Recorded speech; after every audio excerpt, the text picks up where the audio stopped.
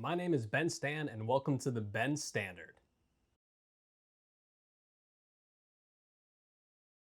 Today, we're reviewing Eurovision Song Contest, the story of Fire Saga. The title alone should give you a pretty good idea of what it's about. Starring Will Ferrell and Rachel McAdams, we follow Lars and Sigrid as an unlikely series of events allows them to represent Iceland in the Eurovision Song Contest. Even though this film fits the bill of a Will Ferrell film, the performance from Rachel McAdams is what carries this film and makes it something special. Every second of this film, Rachel McAdams is on. From her physicality and her delivery to her costume design and the solid direction of David Dobkin, who also directed Wedding Crashers, she creates a character who is surprisingly well developed in any genre, let alone a Will Ferrell film. How does she only have one Oscar nom? Sigrid is really weird and Icelandic. She believes in elves, and one of the best lines in the film comes at the end of the first act.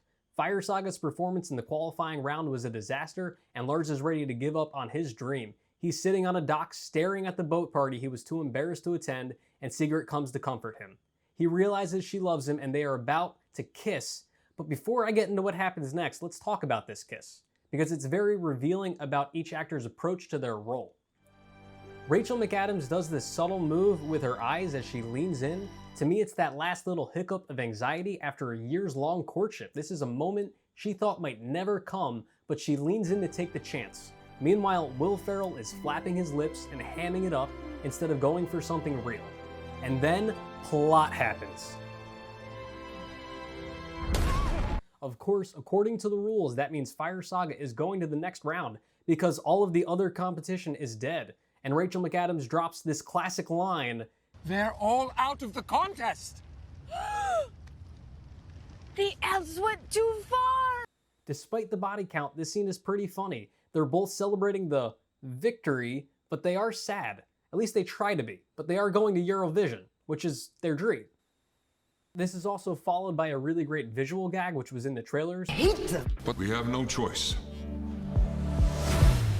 So we're in. You have to watch McAdams in this scene. It's quick, but pay attention to her physicality and body language. She's so stiff. She can't even fake a whole smile because she's that insulted.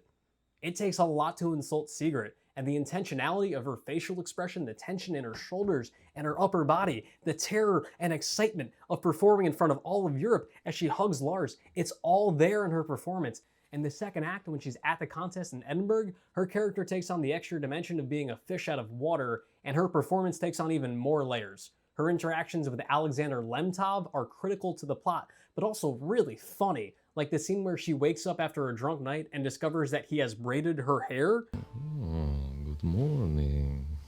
Have you just been watching me? No, I braid your hair.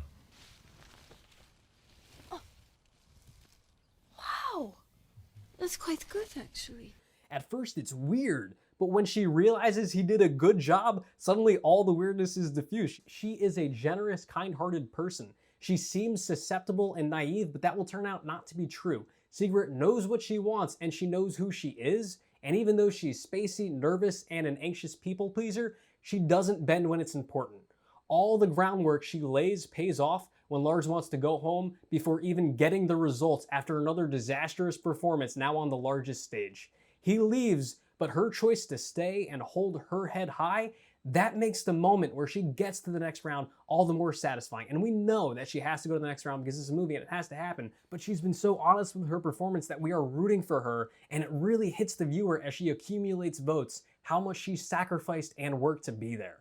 It's incredible how well this movie works, especially as Rachel McAdams performs the final song. It's the perfect thematic wrap-up, and kudos to the writers. Even with Lars gone and Lemtov offering Sigrid the world fame and the fortune that comes with being his wife/music partner, she refuses before Will Ferrell even shows up.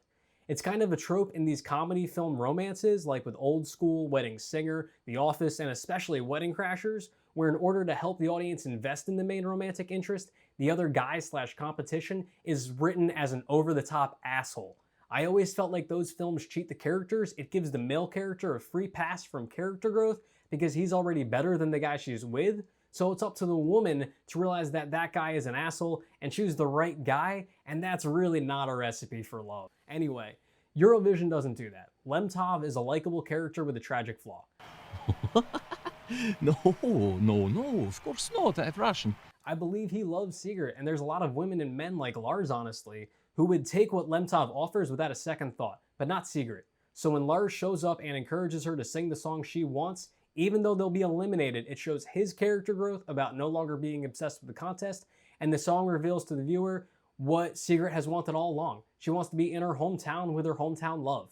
Lemtov has a great reaction shot towards the end too, to wearing her crazy note where he's both glad that she's found her voice, but sad because she'll never be his. He isn't what she wants. Now, I've been struggling so much trying to find a justification for why Eurovision fits the Ben standard, like cultural impact, but like, I'm sorry Will Ferrell ruins the movie for me, which is so hard for me to say because Will Ferrell is my favorite actor, but he was the supporting actor in this film, and every time it was his turn to engage with the material emotionally, he sold his character out for cheap jokes that didn't land. Between the scene where he talks to his reflection, or the recurring motif where he's being insulted, or where he's insulting Americans, and the unhelpful ghost of Demi Lovato, it's clear that Will Ferrell is reaching into a grab bag of jokes to fill his screen time. There's no like game, I want to say, that's a sketch idea. There's no overall idea that like unites all of the jokes.